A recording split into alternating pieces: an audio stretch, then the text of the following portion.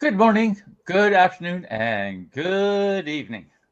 Thank you for joining the Spiritist Talk series promoted by the United States Spiritist Federation every Saturday morning at 11 a.m. Eastern Time. I'm very happy to be here to host this talk by YASCO ARACAVA, who will be leading our live with the theme, What Matters in the Discarnation Process? I would like to take a brief moment for some very exciting announcements. Next Saturday, September 30th, the United States Spiritist Federation is hosting the 17th U.S. Spiritist Symposium in Portland, Oregon. The symposium will focus on the topic of the spiritual path to mental balance, with a full-day program including talks, panels, Q&A sessions, youth panel, kids, and youth activities. Make sure to join us either in person or virtually. The USSF will be broadcasting the whole symposium. Next, the North American Spiritist Educators Workshop 2023. The United States Spiritist Federation and the Canadian Spiritist Council are hosting the North American Spiritist Educators Workshop 2023 on October 13th through 15th. The event will be held on Zoom in Portuguese. The activities on Friday and Sunday will be translated into English and French. Registrations are open. Click on the link in the workshop.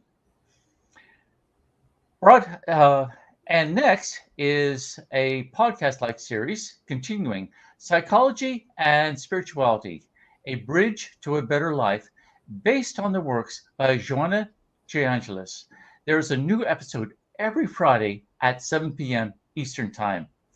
The Psychology and Spirituality weekly talks offer a safe space to confront, compare, correlate, and expand spirituality concepts from a psychological lens, bringing insights, actionable tips, and real-world advice to help you lead a better life. Subscribe to receive notifications of new episodes at the USSF YouTube channel. Note on the screen, there is a QR code. If you want to help the USSF produce more publications and promote Spiritism to everyone, please scan the QR code on screen for your donation. Now, back to YASCO ARACAVA. It is so welcoming to have you with us today. Thank you. Together with everyone who is watching this live broadcast now, I want to give you a very warm welcome as you discuss what matters in the discarnation process. Now, I'm sure you are all as eager as I am to hear from YASCO, but before she begins to enlighten us in the next hour, please allow me to formally introduce her. YASCO ARACAVA is a biomedical researcher in the field of neuropharmacology, recently retired from the University of Maryland School of Medicine, currently living in Santos, Brazil. She first engaged as a Spiritist as a member of the Spiritist Society of Baltimore, where she was involved in several activities, including children and youth activities, outreach programs, study groups, and giving lectures at the SSB and in other Spiritist organizations. Remaining connected to SSB and the U.S. Spiritist movement. Now, in Santos, she is an active member of Centro Espírita Chico Xavier, participating in lectures and study groups, including at the Spiritist Federation of Sao Paulo. And now, I present YASCO ARACAVA. Hi, friends. Thank you, Bradley, for this presentation. Thank you so much. I'm so happy, honored to be here with you, with the friends of the U.S. Federation and with the movement in United States, Spirits Movement. It's always really a pleasure to be engaged with you. So today, let me share. We're going to talk about this topic, about the discarnation process. It's a topic, death, discarnation is a subject That is a very difficult talk to bring to the table when we are okay, when we are having our routine life, to bring this subject to the table, especially in family, and to say, well, one day one of us goes first to the other side. We don't know who. How are we going to be prepared? Are we okay? What we going to do? Let's think about this. It's an awkward subject, right? So even to us spiritists that we have the knowledge about this subject, because of this work, a lot of work from Allan Kardec, Chico Xavier, with André Luiz series, with Divaldo Franco, especially those brought by Manuel Filomeno de Miranda, Sueli Caldas Schubert, Ivone do Amaral Pereira, all through different benefactors, spirits benefactors.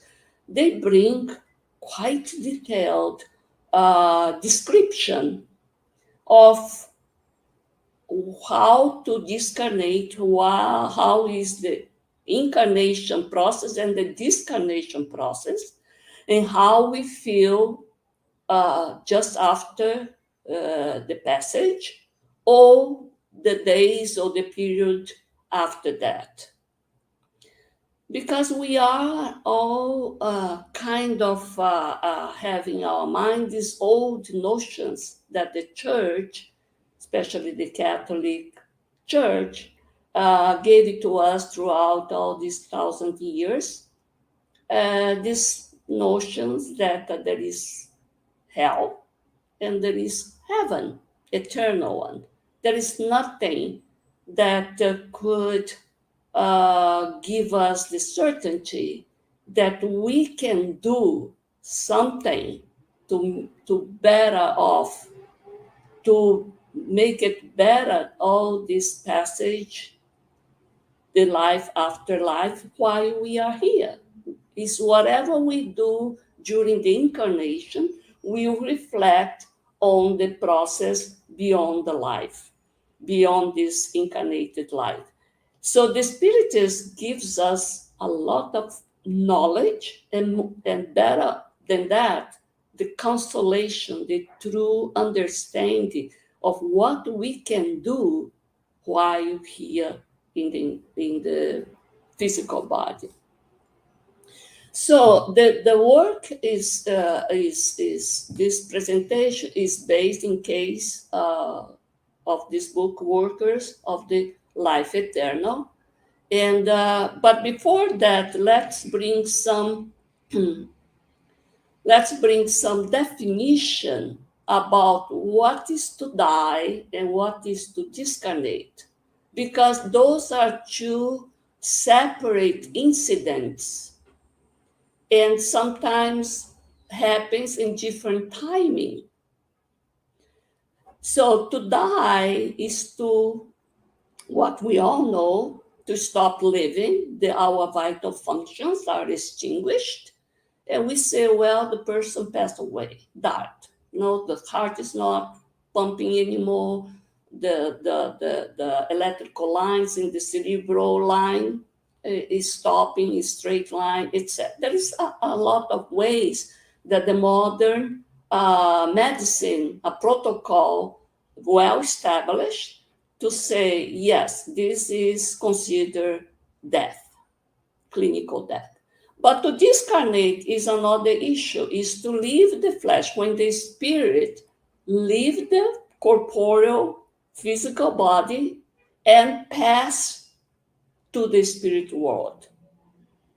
It's different. So what happened is that Kardec says, as an incarnate, this is in the introduction. The introduction of the Spirit's book is a very compiled report or description that Kardec gives about the whole, all the issues that comes in the Spirit's book. So in this item 6, he says, the incarnated humans are composed with 3 things. The physical body or the material being, which is similar to what the animals and all the animated beings have. And it is fed by the vital principle. Once the vital principle does extinguish, the material body cannot any longer be functional. We have the soul, we call soul when it is not spirit. That's the definition of Kardec. We call soul when we are in the incarnated state. It's the immaterial being. We call soul and we call spirit when we discarnate. But between these two, to make the link between the physical body and the spirit, we have the spiritual body or perispirit, which is the intermediary principle that links united the soul with the body. So if you see here in this diagram, so the soul is the incarnate spirit. You see the layer that is both has this very dark blue, which is we call soul, or in the discarnate we call spirit. Then we have the perispirit, both have perispirit, the incarnate and the discarnate. And then you have the different thing is the vital fluid and the physical body is these 2 layers, 2 principles that we have in the incarnate state, spirit. When we discarnate, because the vital fluid is extinguishing due to the abuse of the physical body, physical organs, some intoxication, some not caring about the diet, sleep, exercise, etc. The vital fluid can be consumed before the time or up to the time that was granted to us before we came here. Nevertheless, when the vital fluid is extinguishing, the physical body also start to derail, the organs stop working. So then you stay with the perispirit and the spirit and the soul, which is the discarnated spirit. So the discarnated spirit always are covered has this envelope of perispirit. So the death is written here, destroys only the denser envelope, which is the physical body, while the spirit retains the perispirit, which comprises the ethereal body. It is the ethereal body. Perispirit still is a semi-material nature. So it's invisible to us in normal state, but the spirit can render it visible or even tangible. You can touch the discarnate spirit when occurs during the phenomena of apparitions or materialization. So, but usually the spirit, the discarnate spirit, is not visible to the majority of us because our vision is not in the range of our visual,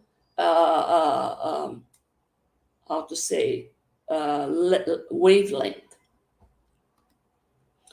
Discarnation is, when you say discarnated, is the complete separation of the ties that unite the perispirit to the physical body. Remember, when we incarnate, the spirit starts to bind to the forming physical body molecule by molecule through the perispirit. Now is the opposite. You start to untie, to disrupt these ties up to the point that the discarnation is complete. There is no tie. The last, if you see the top figure, which you see to the right, which you see the spirit with the silver cord, we can have this state while we are sleeping during our sleep time, when we have emancipation. But when we die, that silver cord is disrupted. Once it's completely disrupted, there is no way to return to the physical body. So in the Bible, you have cases of apparent death, which we call, resurrection, that some says was a miracle performed by Jesus. No. Those three cases, we all know Lazarus from Bethany, that was already 3 days inside the tomb, but Jesus brought to life.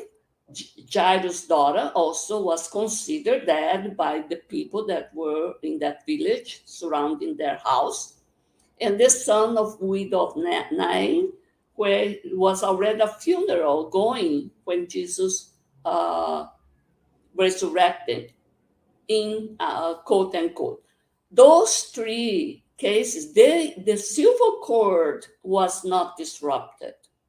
Jesus saw that discarnation was not completed, and he, with his power, he could instill some vital fluid and recompose some of the organs completely or partially for a while, because all of those that he brought to life, they all died. So it's for a while they could, because of the merit of the persons or Jesus' power, they could come back and stay a little longer in the corporeal body. In the Spirit's book, so we have, of course, all these questions. Kardec and his co-workers, all these people that were there in that time, have the same questions we have today. This is more than 150 years, but at that time, and even before, they asked all these questions. That's why when Kardec started to codify, they brought like 50 notebooks done by other people previously, and he had to organize and make as a book that could be understanding, could be more organized.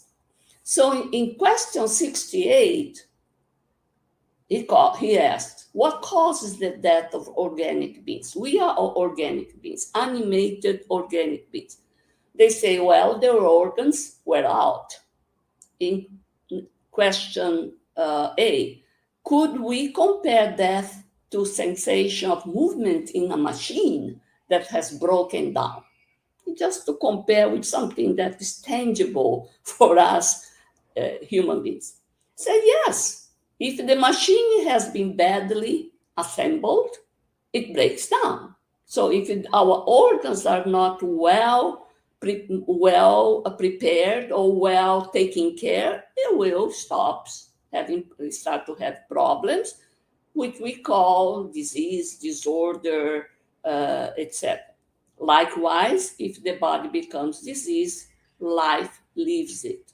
So while you have these organs working by the installation of the vital fluid, we are life. Once this doesn't work anymore, the heart starts to stop, the breathing start to have problem, respiration, the brain starts not to function, the kidney fails, the circulation of the blood stops because there is no energy for the heart pump to pump forward, we stop and we say, by the clinical point of view, we say we died, you know.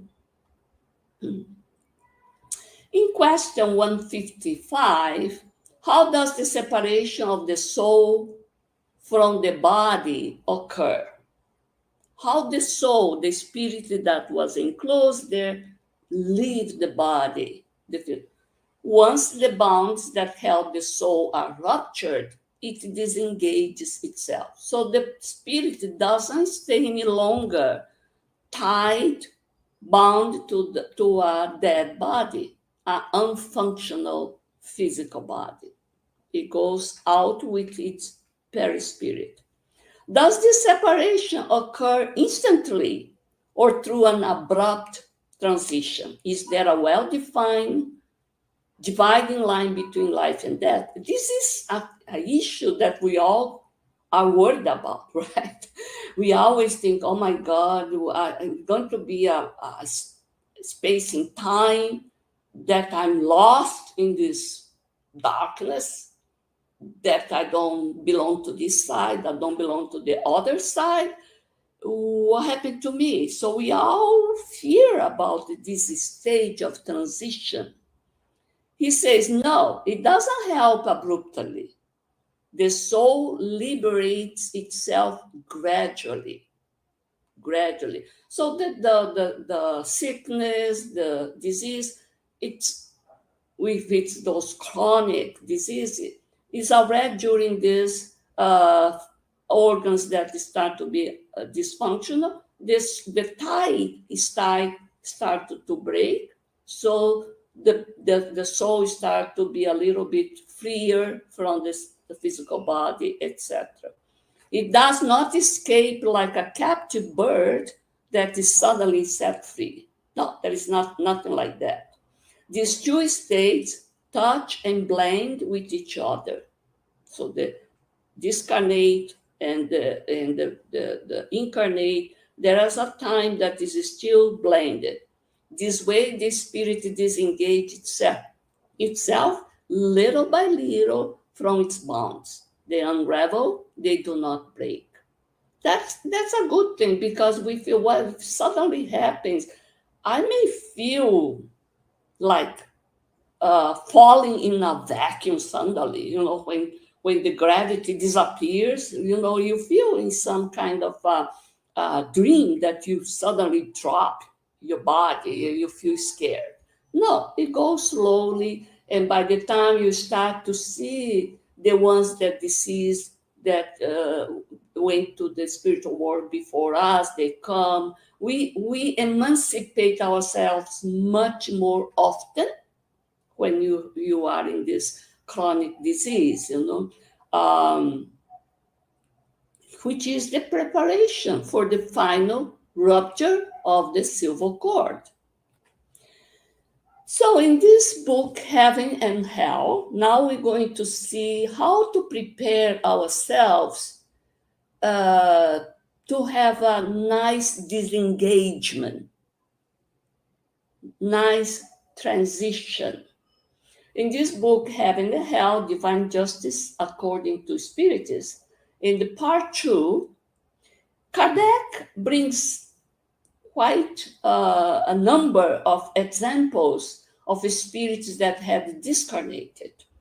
Of course, there's more than those that are present here, but he chose those to illustrate how to prepare ourselves. That is not by chance that some spirit says, I'm happy here, my discarnation was easy, the process was very harmonious. There is average spirits that feels okay, like most of us probably will feel, but there are some that are suffering spirits. They can't understand, and they see that they're still with the body, all those things. The suicidals are worse because there is still a lot of vital fluid that they cut too precociously before the time, and repentant criminals, hardened spirits that says, I'm okay, I'm not like this, I will continue to be a bad, I don't see anything bad on that. And those that are in earthly expiation. So this book is very nice for us to see why are those categories of spirits, how they feel just after discarnation. So in this part 2, chapter 1, before they start to describe these spirits, the condition of these spirits, there is a chapter called The Passage, which is Kardec says a lot, describes about this transition between the corporeal life, corporeal being, to the spiritual being, from the incarnate to the discarnate. So there is long, so I chose to put something in of what is in item 4. He says, the extinction of organic life produces a separation of the soul from the body by breaking the fluid connection that links them together. However, this process never occurs abruptly. So it's just what we read in the Spirit's book, the questions in the Spirit's book. The painful sensation that the soul experiences at that moment of this, that is untying, in that moment results directly from the number of points of contact between the body and perispirit, and this in turn determines the greater or lesser difficulties or slowness of the separation. So what he says is that when you still have a lot of ties between the soul and the perispirit, the soul and the physical body, it's because you still have a lot of vital fluid that are animating the physical body. So that means I didn't go to the end to use the whole time that was given to me, for this present incarnation. So because the discarnation can happen if you still have this tie, you have to untie all, but you have the vital fluid feeding this. So that's why it can be very slow for those that commit suicide or in some kind of accident, but that still has a lot of vital fluid left.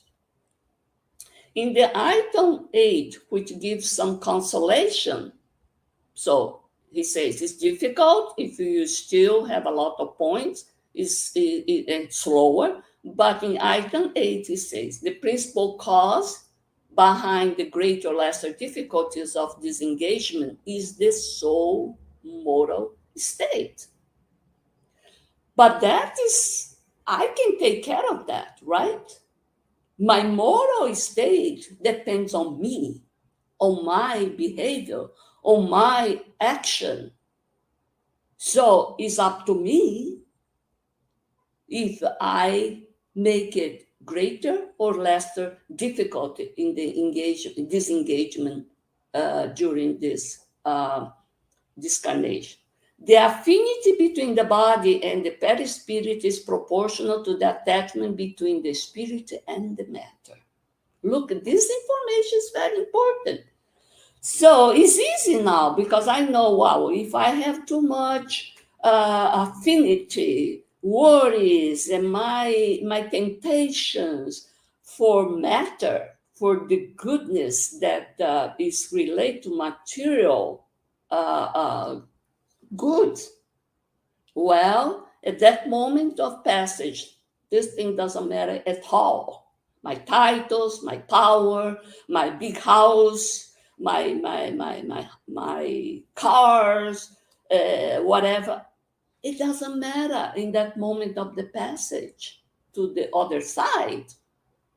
So why be so much putting our attention to that during our incarnation and not prepare ourselves to detach from the matter, but to be less attached to the matter, because we have to be attached to the matter in order to take care of my body, in order to because of the layer of preservation, conservation, etc. I have to take care of my body.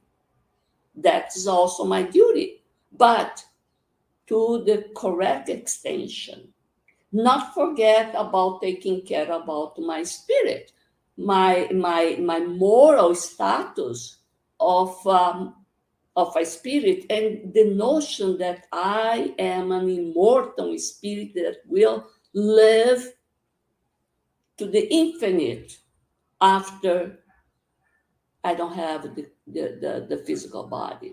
So he says the affinity between the body and the perispirit is proportional to the attachment between the spirit and matter, which is most pronounced in individuals whose preoccupations exclusively and solely involve the material pleasures that life offers.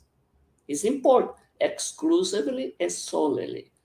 So that means I have to be worried about my physical body.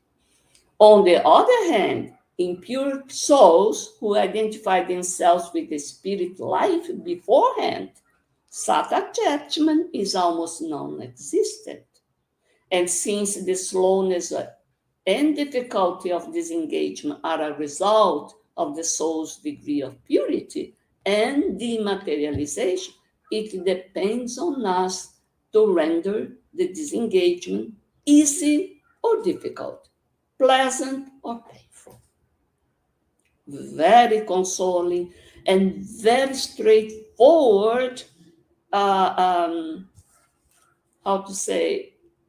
teachings, tips to how we should conduct our life while we're here. So after that, it's nothing like, as is in the Kardec's Spirit's book, in this Heaven and Hell. Nothing like eternal paradise, hell, or purgatory that the old church passed to us. They put later this purgatory because it was difficult. Well, you go to paradise and stay eternally there. You go to hell, but there is no way to fix it. So the church put this purgatory, but still is not honorable destiny. You stay there for a while, and then they will decide if I can go to hell or can ascend to paradise. So if you want, I didn't bring here, but in this book, Workers of the Eternal Life, in the preface by Emmanuel is fantastic, because he says how irrational is to think a father or mother can stay enjoying eternal paradise when she or he sees the loved ones in hell, burning in hell, eternal hell. Doesn't make sense. So Kardec asks about what is your sensation? There is nothing like you jump to here to go to there. There is a crossroad. No, nothing this. But it's you with you. What is the sensation that the soul experiences at the moment it realizes that it is in the spiritual world? It's a place, it's a condition, it's a state of mind. So he says, talking about sensation, that depends, he says. Once I'm there, it depends. If it has done evil for the love of it, the spirit is at first ashamed. So, I'm bad, but I love to be bad. That crime that I commit, well, I have my rights. It was okay. I actually even enjoy it to put that guy down. All those sentiments. A person that has no, So in this case, the spirit is at first ashamed of what it has done. However, it experiences something completely different if it has been morally upright. It feels relieved of a great weight because it does not fear the most scrutinizing glance.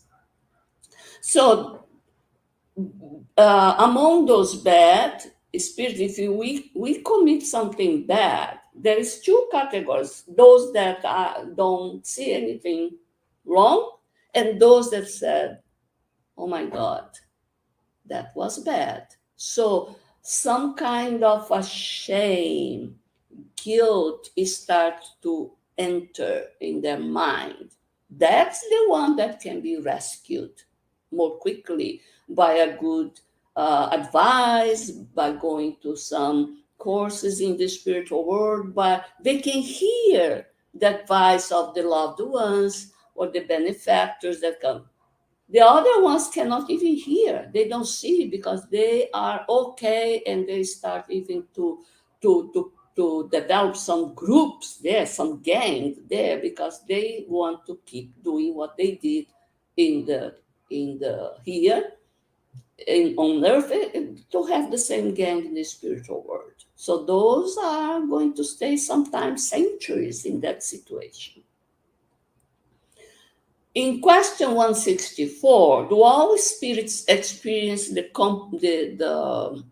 confusion that follows the separation of the soul and the body to the same degree or for the same amount of time?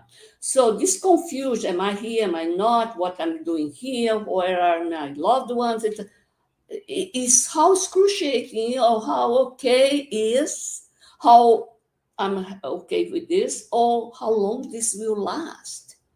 So the Spirit says, no, not all have spent the same time, feel the same thing. No, it depends on how evolved they are. Those who are already purified are almost immediately self-aware because of their detachment from matter during corporeal life. So they start to detach slowly during the sickness, the disease, and because they're so spiritualized that they emancipate very often, and they already are prepared in the spiritual world.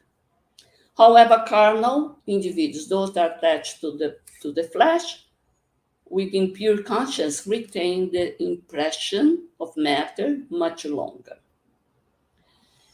165.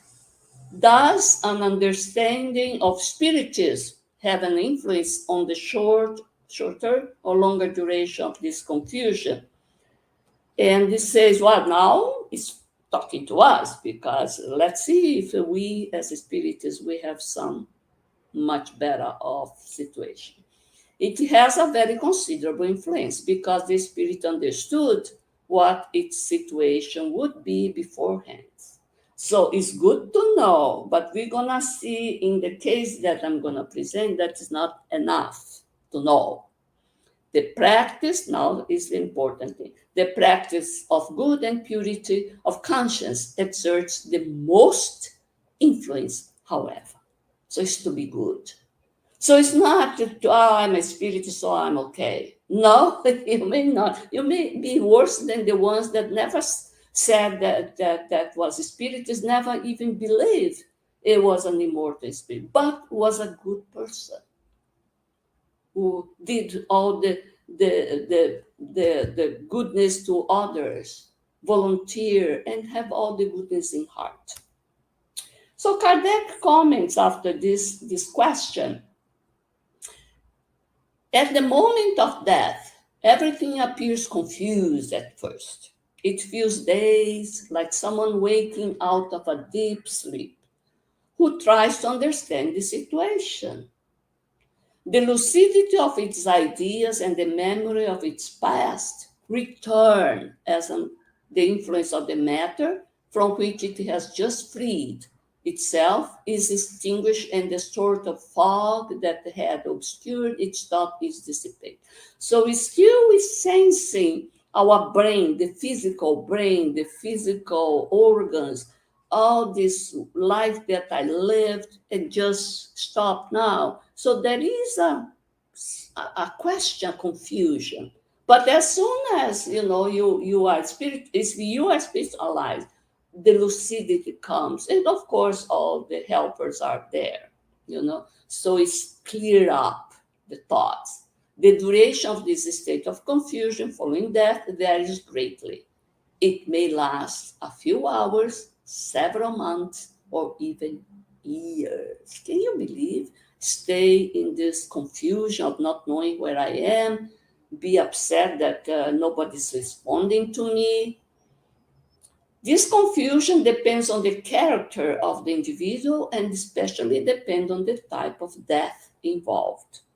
In violent death, suicide, capital punishment, accident, stroke, mortal wounds, etc., the spirit is surprised and astonished. It stubbornly persists in asserting that it has not died. Well, how many we that works in the mediumistic meeting, we see all these spirits come. Most of them are in this state. Oh, I don't know why I'm here.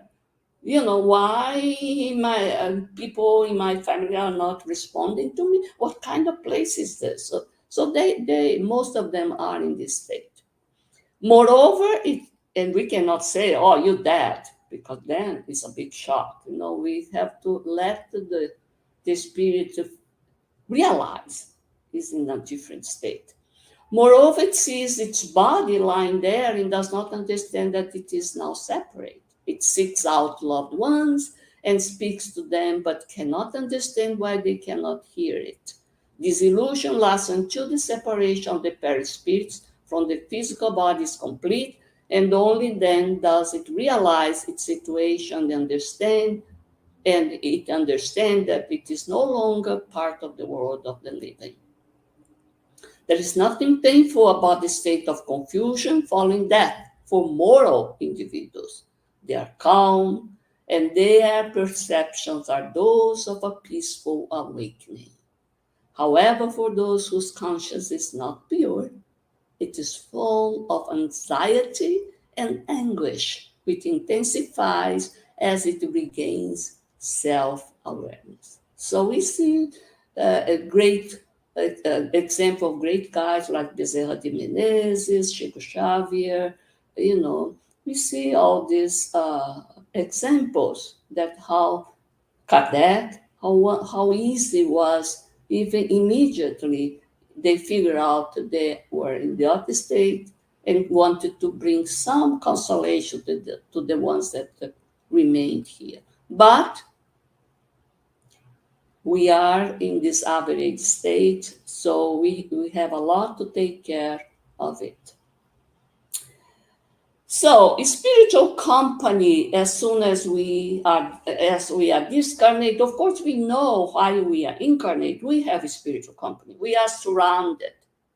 But here we say, wow, I cannot see, I cannot hear, I'm okay. The mediums or sensitive mediums will sense much more the weight, and we see more lightly. But when we go to the other side, our awareness is increased, and we are kind of the mercy of the people that the spirits are there. So it's important to know what kind of company are around me. What can I do to have the good ones and not the bad ones? So during discarnation, we are never alone. We may not even see here, but we're never alone. But the type of company varies and can be categorized into two main groups.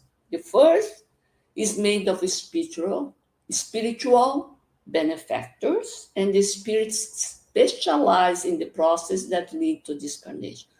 Imagine there are spiritual teams that are expert in the discarnation process. That's what we're going to see.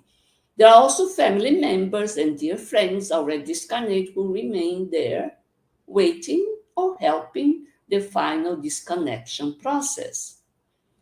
and they are cheering for us.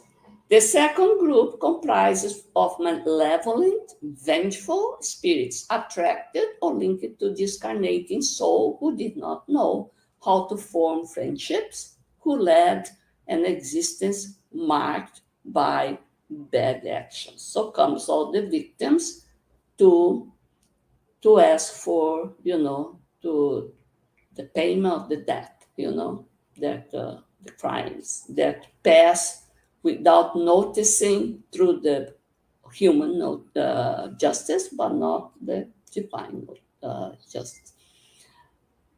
The spiritual aid, in any case, doesn't matter bad or good that we were, there are always spiritual benefactors who, as volunteers, help the discarnating person, even if he or she does not have great merits. Specialized cooperative members unite efforts to disconnect the immortal spirit from the terrestrial physical apparatus. Martin Speraldo, in this book, Study Mediumship, has this little sentence there, which is very consoling, right? So let's go to illustrate some case here. André Luiz was very important for us, spiritists, to bring us the notion, details about how is the life in the spiritual world. He has all those 13 books, which comprises this series. Very important ones start from No Solar and finishing with And the Life Goes On. And we see that during this writing and sending these books to Chico Xavier and Valdo Vieira, André Luiz, evolved a lot from the condition he describes himself in No Solar to this And the Life Goes On. So we can evolve in the spiritual realm. So in these Workers of the Life Eternal was published in 1946, and there is this team of a discarnation, a spiritual team, and they are stationed in this transitory mobile house of Fabiano. And this team is composed by the instructor, Geronimo, the clairvoyant nurse, Luciana, Father Hipólito, and André Luiz, who is our reporter. So André Luiz. So, in the company of instructor Geronimo, the clairvoyant nurse Luciana, and Father Hipólito, André Luiz descends from the transitory house of Fabiano to the planet crust. So they are usually in the No Solar, but there is this mobile transitory house to rescue the spirits that is just coming from the crust before they go to the No Solar or the other spiritual house. So what is the mission? To attend in the next 30 days, 5 dedicated collaborators of No Solar, Dimas, Fábio, Albina, Cavalcante, and Adelaide. So they are incarnated, and during incarnation, they are collaborators of No Solar because of their mediumship abilities.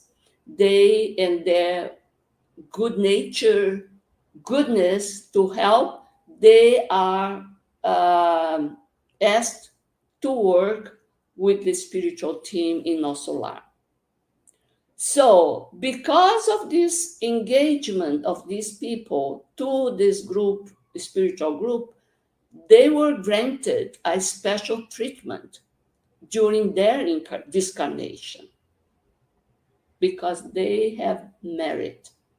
And also, André Luiz said that in this mission, first mission, Also, it serves as a study for the assisting group, like especially under Luis that makes all the questioning, and it's good for us because he brings us, all the information.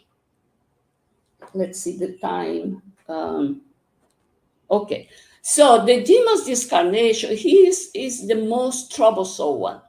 So it serves as an alert because as a spiritist, saying that this knowing is and just provide assistance, which is a very big part of us as a spiritists, is not enough to ensure a good, peaceful discarnation.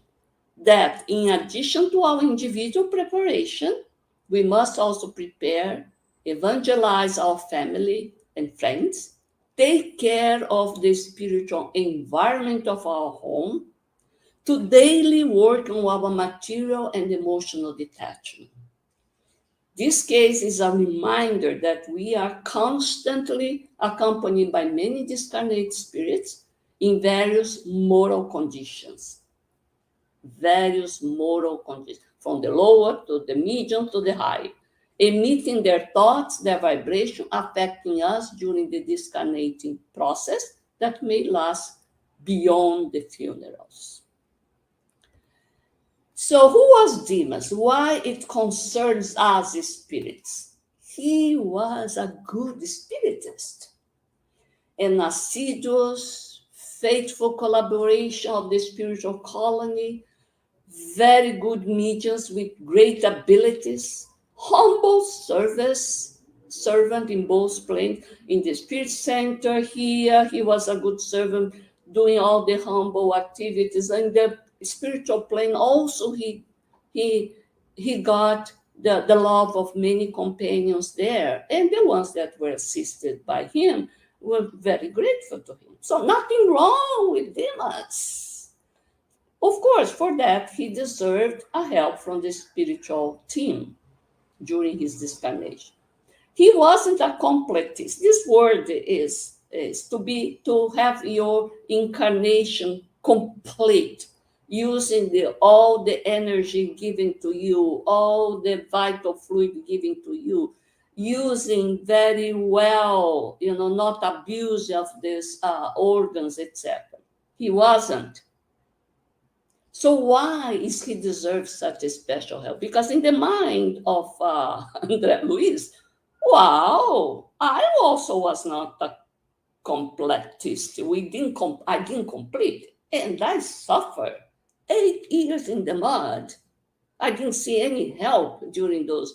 How he that did not use well, he was disconnected before the time, is deserving this special help. He was kind of, what kind of, injustice is this? Was he a passive suicidal like André Luiz? No. So Geronimo said, no, I don't know your past life, André Luiz. I'm sure you did your best, but no, Dimas has had a very harsh life since childhood. He didn't have education, the job was very difficult, demand a lot of physical stress. And while he was not prepared by education, and also while he was engaging in helping those suffering spirits, he could not stay far from this. He was all involved in their suffering. It's like a medical doctor, a nurse that goes home with all these problems, and they start to be sick by treating the sick people in the hospital. So he was not well prepared to treat the other ones. His liver, his heart, it got affected by this stress that he felt. So we ask if he was not his fault that he was discarnating before. He was a good collaborator, good person, good at. So what's the problem with his difficulties? And he had a great difficulty to discarnate. Here in the figure, you have the medical, to the left, you have the physical medical doctor, his wife, the 2 kids, the other side, the André Luiz and Jerônimo, and the mother with him there while in the discarnation process. And so why is the problem? His emotion was uncontrolled. He had a strong psychological distress during this discarnation, close to the time to his death. Worries about the future of his life after he's gone. He had this emotional attachment, and that made the family also get too much attached to him. So it was both ways.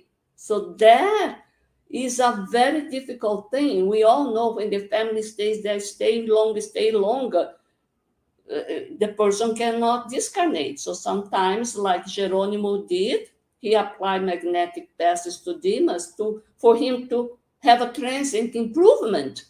So to move away the family, the weeping wife. So say, well, now he's good, go to home or whatever to rest. So he had to do this, otherwise he could not perform the discarnation. So as soon as the family went away, he started the discarnation process, which is a gradual disruption. He described very well there, André Luiz, all the lights, all the colors, etc. When the perispiritual ties are breaking down in true centers, the vegetative, which is around the digestive system, the emotional, which is near the heart, and the mental, which is the last one. And thankfully, he could achieve the coma of Dimas before the disturbing entry of the family again to the room. However, it's interesting, this part.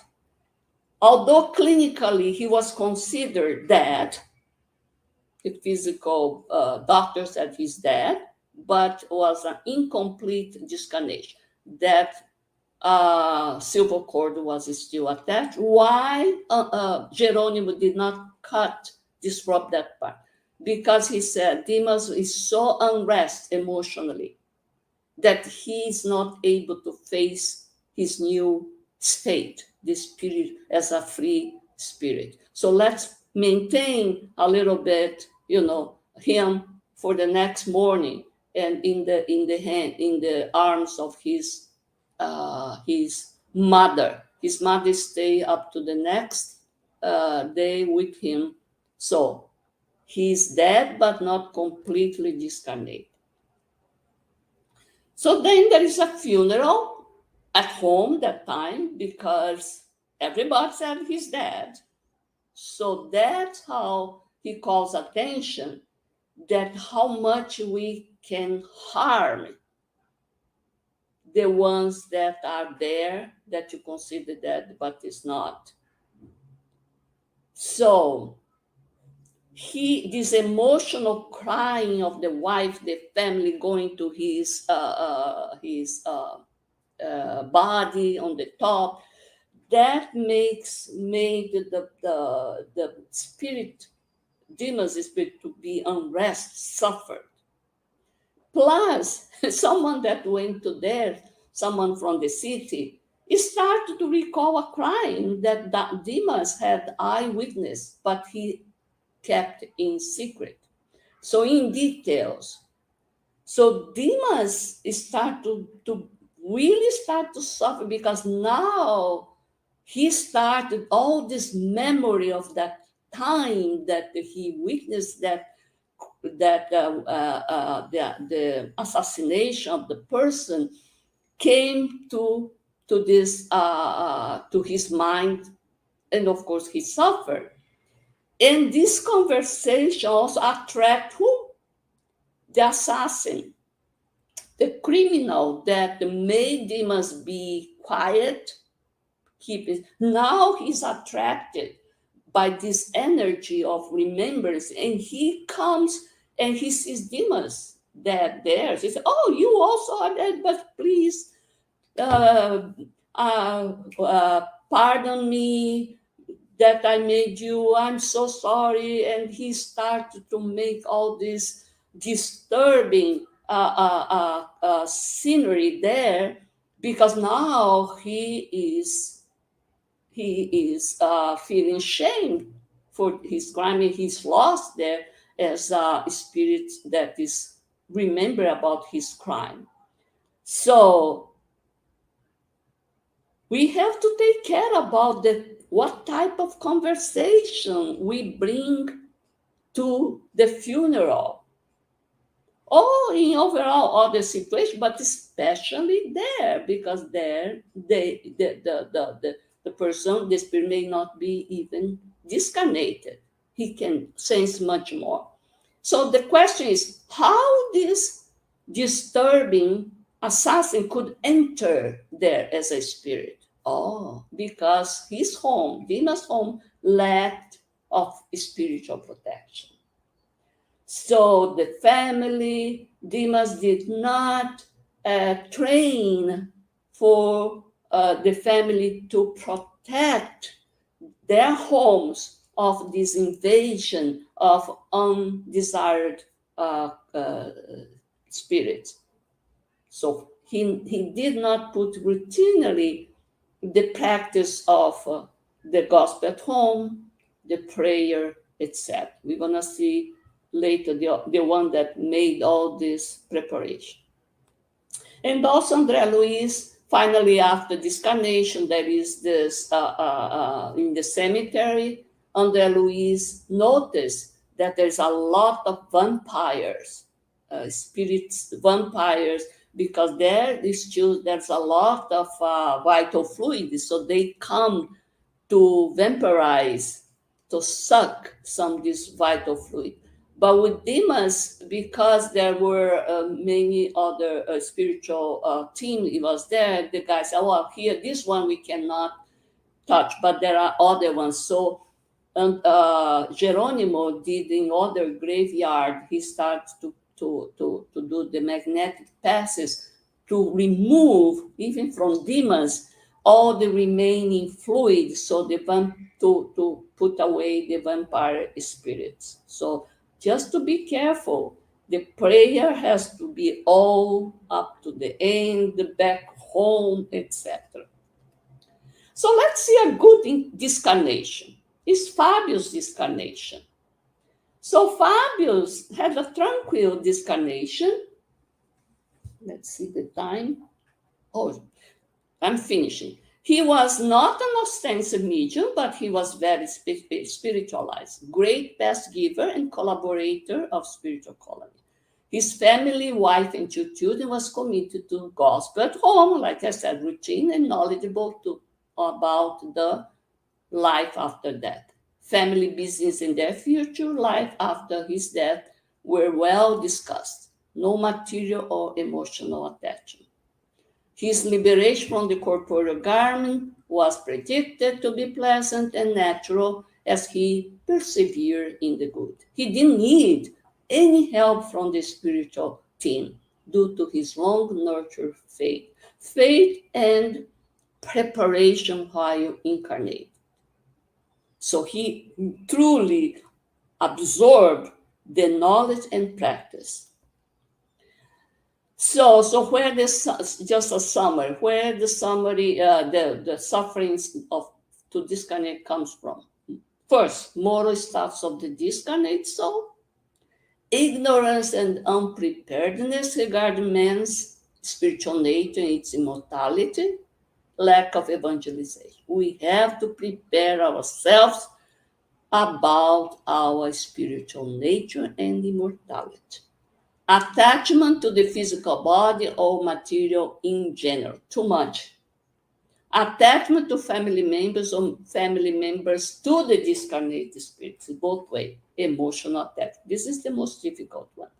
Amount of remaining fluid, vital fluid, strong points of contact between the body and the perispirit, which happens in unconscious and voluntary suicides.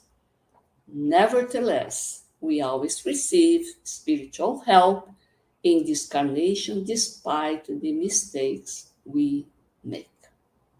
That's God's mercy. Thank you so much for your attention.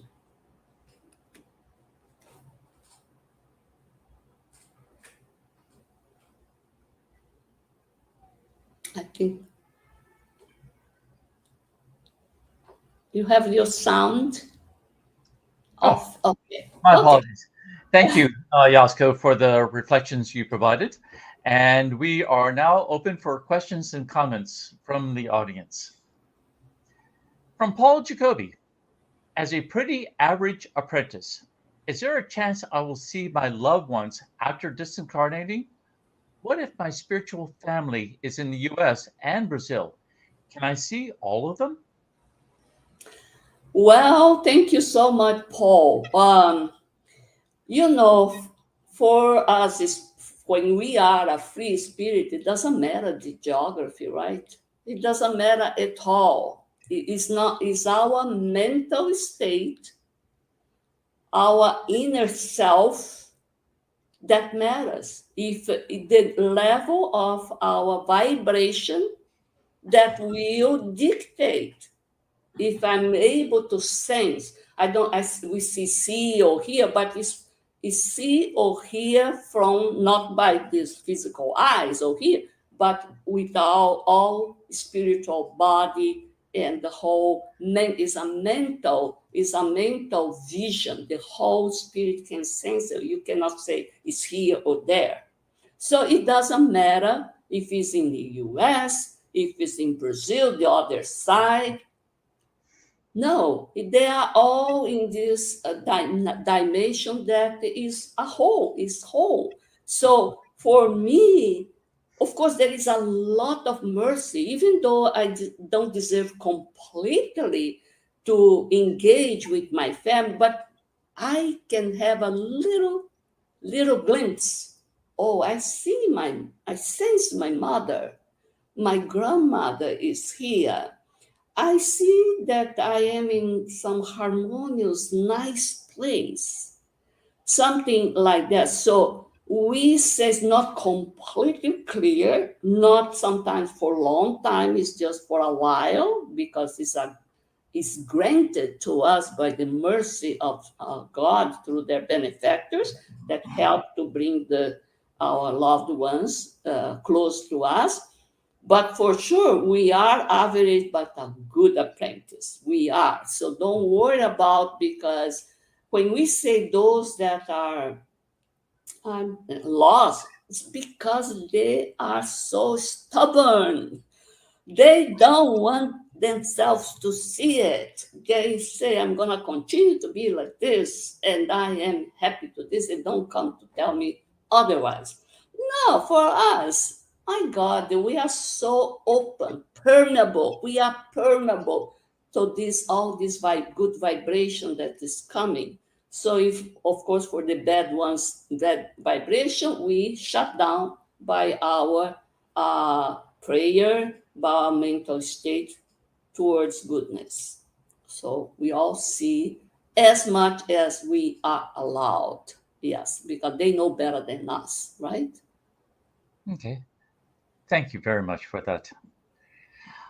And from Annie Alves, what happens when the silver cord is not ruptured and we perform the funeral or even cremation? Is there a way to know our loved one is completely detached? Well, this is a question, very good question that is in other books. So that's why we, in average, is immediately, minutes, hours, days. So they, in the spirit, I think in the consoler, they say 72 hours you wait for this cremation. However, if we say, well, we don't know, but nothing that goes beyond without God noticing, getting the will of the loved ones around.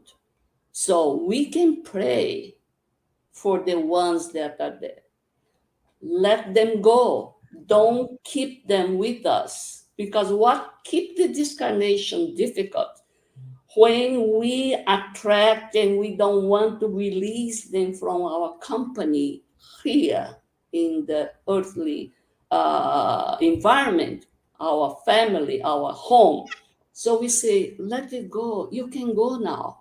You can go now. So usually, even some clinical, you not consider that because they keep some signs in order for clinical signs in order for the family to say, I know it's getting for the time for you. You go. We're gonna be okay here. We're going to pray for you, and then you, if when you have time, when you they give the opportunity, when you prepared, you can give us directly or indirectly notice news about you, some other thing that will help us. So 72 hours is pretty good one, and we should always pray and for their easy discarnation. Okay. Good insights. Thank you. From the U.S. Spiritist Federation, how is it decided which spirit colony we will go to? Yeah, there are more spiritual colonies than we imagine. We know Nosso, so we tend to think it's only one above Rio de Janeiro that was founded by the Portuguese because before they came was only the native Indians here. They had a different kind of a discarnation and the spirituality and the spiritual colony. Then we learn also about Sao Paulo. We have also about New York. You have another one. I feel we have a lot of them. Plus, we have all those transitory mobile home, which all the spiritual team would work to rescue also, to be the station to rescue some spirits that are long time there, like André Luiz. So this team of Mary of Nazareth that goes after the former suicide. So there's a lot of spiritual quality, but for sure, the law of affinity, it will work. Is the vibrational attraction. And in the vibrational attraction also, after we are settled there, we are in the situation to help others. Of course, how much we can engage with the other team. Sometimes we are in one team, we go to another colony, another transitory home like André Luiz and all Geronimo go to different places, because of the work that we start to engage. So it's all kind of affinity for the goodness, for the good work. More I put myself to help others, I'm helping myself. I am morally ascending.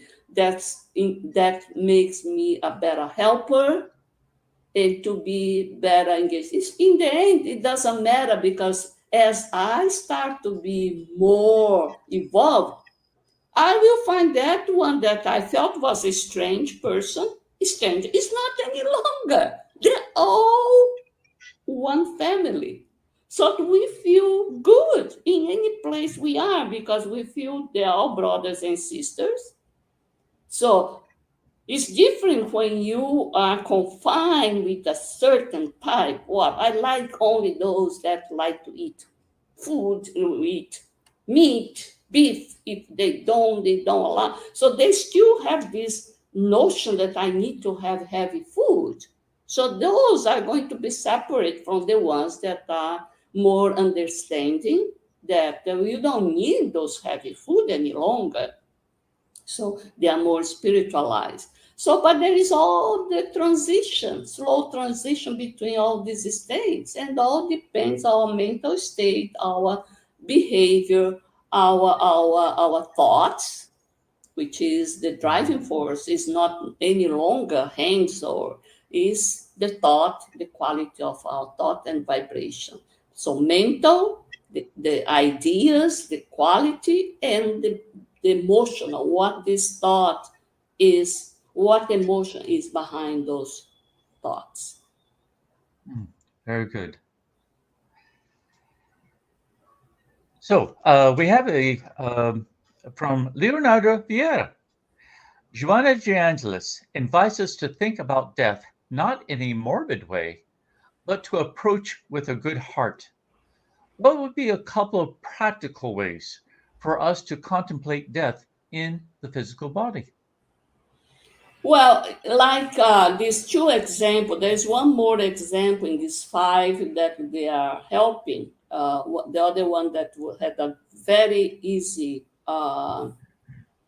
discarnation beside Fabio was Adelaide, and they are all very spiritualized and more than that, evangelized. So they truly understand the teachings of the gospel of Jesus, whatever other prophets they have. They understand all these teachings. But if you see Demas, we know already what we shouldn't do or we lack to do. So it's to take care about our family, not too much emotional attachment. These are very difficult attachment. It's more than material attachment. The emotional attachment between a mother that cannot let go the child to go to free, to go to another state, to go to college, imagine when dies before very young age. So that thing is very is very deep. So it's the unpreparedness that we're going to die, and we have to do what to die discarnate well is to do during incarnation. There is too late. It has to be done here.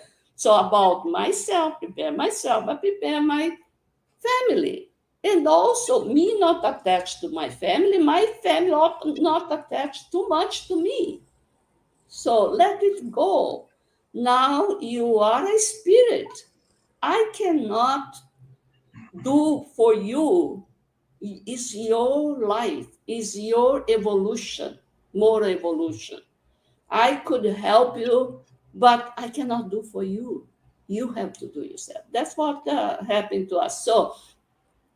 So I think the study of especially we are lucky because the Spiritist brings a lot of opportunity. If you get one of those books, you have opportunity during the study group or during the gospel to touch this issue. Now, it doesn't need to be when you are having dinner, lunch, in a picnic. No, you have to set a time. In the gospel at home is a good routine. So you bring to see to cut some excesses, which is not good. To think about things that we are not thinking about, which is should be. So all these things you should to practice, but in a every day. So Fabio had a good discarnation because he had all the good things that Dimas didn't have. He took care about his kids were very young. He died of tuberculosis in a young age, but he prepared his in a nice way, not in a morbid way. No, and because tuberculosis, he stayed with tuberculosis for a long time, so he knows at that time there was no medication. It was a tough disease. So of course, as he was getting sicker, he passed the family business to the wife. He showed her all the notation, fiscal, all the administrative things. He prepared his kids to take care, to help his mother, except because he was so sick. So God gives this long-term disease, which is very good, for you to be prepared, So I may even I asked in the other presentation, if you could choose, you would choose to die, to have a sudden death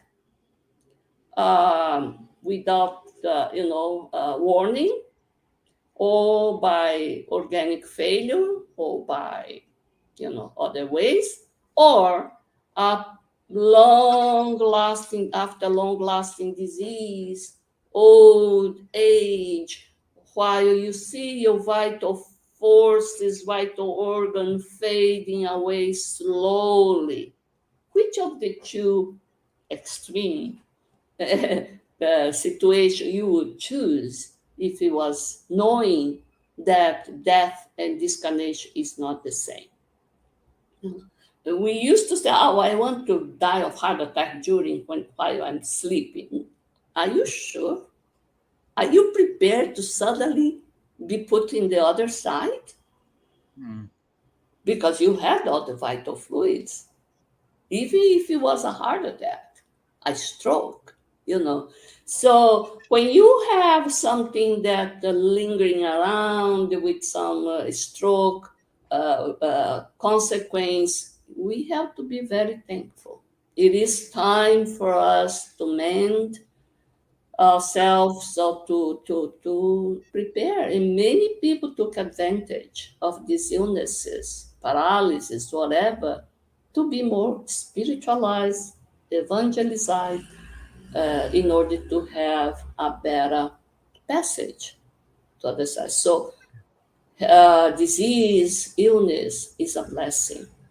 We should be more thankful for these opportunities, opportunity to learn, opportunity to teach, be the example for our family, how we deal with this situation, it's sad. But, while we're not there, it's easy to say. But, we have great examples of this, even within family, how they were great in dealing with this. Thank you very, very much, YASCO. And thanks to everyone who watched today's Talk Live, and those who have been following our weekly Spiritist Talk series. Next Saturday, September 30th, we will not have our regular live, but instead we will broadcast the 17th U.S. Spiritist Symposium. Keep watch for the links that will be posted a few days prior to the event. YASCO, before we close the live, would you please say a prayer?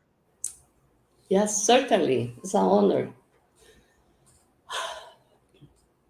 So let's calm our mind, our thoughts. Let's immerse in a good, emotional, harmonious state, letting go of the problems, issues relate to the material life. For this moment, to elevate first our gratitude for our Celestial Father, for have granted me this body to make me an immortal being with infinite opportunities to evolve among the ones that we already love, but the ones that we still have to learn to love. A precious opportunity to recognize our faults and to develop our virtues and to decrease and eliminate slowly our bad habits, especially those related to pride, selfishness, and to substitute by generosity, fraternity, compassion. For that, dear Father, we are so thankful to be born in the time when the information, especially brought by the Spiritists, and by the spiritual benefactors to help us go more easily throughout our trials and expiations. Please help those that are in need more than us, need of physical strength, need of emotional support, need to be noticed by others, and also help them to trust God, to trust the teachings of Jesus, to trust all the helpers that are around, incarnate and discarnate. I thank you so much for the opportunity for this engagement with the friends in the U.S. Federation and in the other groups. Thank you so much, and so